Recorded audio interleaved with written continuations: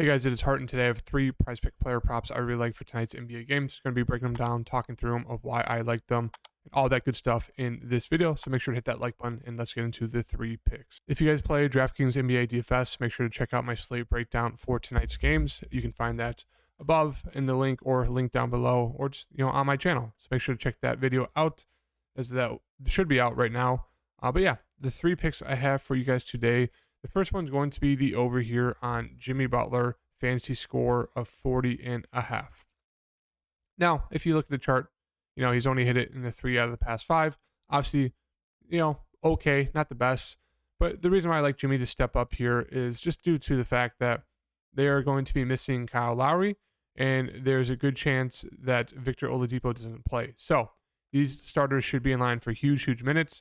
The past 5, 6, 7 games for Jimmy haven't been the best in terms of the minutes. 33, 34 has kind of been the tops. Before that, we were seeing close to 38 minutes in close games, around 36. There was 37, 38 minutes in a close game. Expect this game to be super close here between the Bucks and the Heat. Expect Jimmy to get closer to his average of 36 to 38 minutes here with no Victor Oladipo, with no Kyle Lowry. That means Jimmy's going to be had to be more of the de facto point guard. And they do have Gabe Vincent. They do have Tyler Hero, who will handle the ball at times, but Jimmy's going to really have to step up as kind of the main point guard. We've seen him do that with games without Kyle Lowry and Victor Oladipo coming in to kind of soak up some usage in minutes at that point guard role. So Jimmy's going to have to step up here. His per 36 average right now is about 25.1% usage, and that is 43.45 fantasy points right now with Kyle Lowry and Victor Oladipo on the floor for the season. So he's already hitting it there. But without those two, in about 291 minutes, so a good sample size, his fantasy point production goes up from 45 with Kyle Lowry, with Victor Oladipo, to 50.65 fantasy points per game without them on the floor. Oladipo is doubtful and Lowry is out. So he sees a 7+ fantasy point production boost without Kyle Lowry on the floor. We know he's fantastic at the steals. Just look at the steals. They're 3 points each on PrizePicks. He's got 2 that last game, then 3, 2, 5, 2, 0, but then 2. A couple of games, 0, 4, 2, 2, 3. I mean, he's averaging close to 2 steals a game on the season. That's already 6 points. It's a primetime matchup here against the Bucks as well. So I love the over here for Jimmy Butler of 40.5 fantasy score. Expect him to step up huge today, trying to beat the Bucks and Giannis. So for the second and third pick, you guys can decide which one you like more. Kind of my official second pick is going to be the over here on DeMar DeRozan, points of 25.5 here against Portland. I'm going to hit the over there. The reason why I like this is the usage for DeMar right now is sitting about 29.3% usage on this season.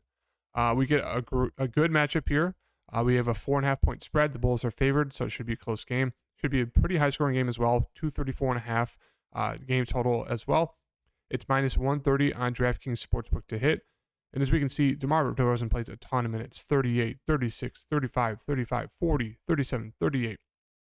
So with his per 36, he's already hitting it at 25.81 points per 36. So I like the over here. He's been pretty bad the past 2 games in terms of scoring. 20, 15. They've kind of been, deferring the ball to Vooch, who's been starting off hot and really dropping off in the second half.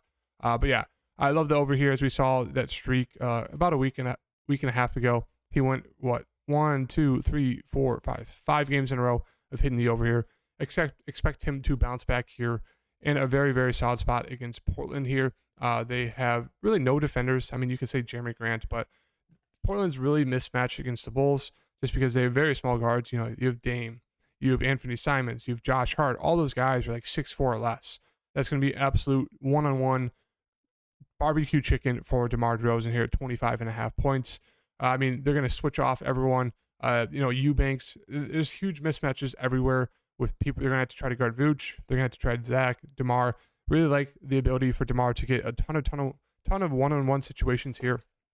And as I mentioned, going to be a close game, 4.5 point spread. 234.5 game total, so it's going to be a high-scoring game. He's minus 130 to hit on DraftKings Sportsbook, so everyone likes the over here. The juice is there. He's averaging per 36. He's already hitting the over there of 25.81. And then his usage rate, 29.1%, or 0.3%, excuse me, 29.3.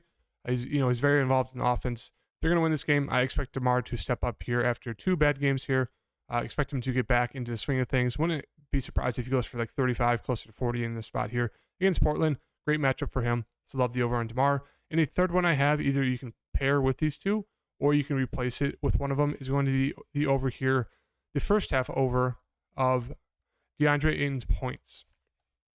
Now, the reason why I like this is, as you can see, he's hitting the past 4 to 5. He starts off super, super hot for the Suns, and they really just don't involve him in offense in the second half. It makes 0 sense why they don't, because he's absolutely dominant in like the first quarter, and then he just falls off the cliff. Because I don't know if you guys watched the last game, the televised game between the Suns and the Celtics last night, but this dude had like 8, 5, and 3 in the first like 7 minutes of the game. He was going off, and then they just did not do a single thing with him in the second quarter or the second half. I think he had 1 touch in the whole second half. It made no sense. But yeah, he's a guy who gets super, super hot right at the start of the game, is very aggressive. We get a great matchup here versus Duran versus Beef Stew. DeAndre Ayton should be able to have his way at 9.5 points here.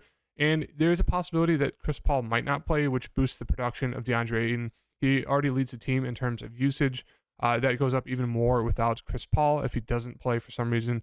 But if Chris Paul is there, it obviously does help and open things up with DeAndre Ayton in that pick and roll. So I love the over at first half points here for Ayton at 9.5. A little bit too low for a guy who starts up super, super hot, super, super fast in these games here.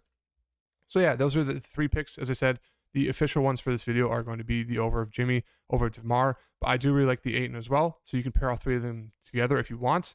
Or you can mix match them, or you can put the Ayton one over the DeRozan or the Ayton over the Butler, depending on how you guys feel. But yeah, that's the video. So if you guys like the picks, hit that like button. Let me know in the comments what you guys are rocking with today on PrizePicks, and make sure to check out my DFS slate breakdown if you guys do play that on DraftKings. And yeah, I'll see you guys in the next video. Peace.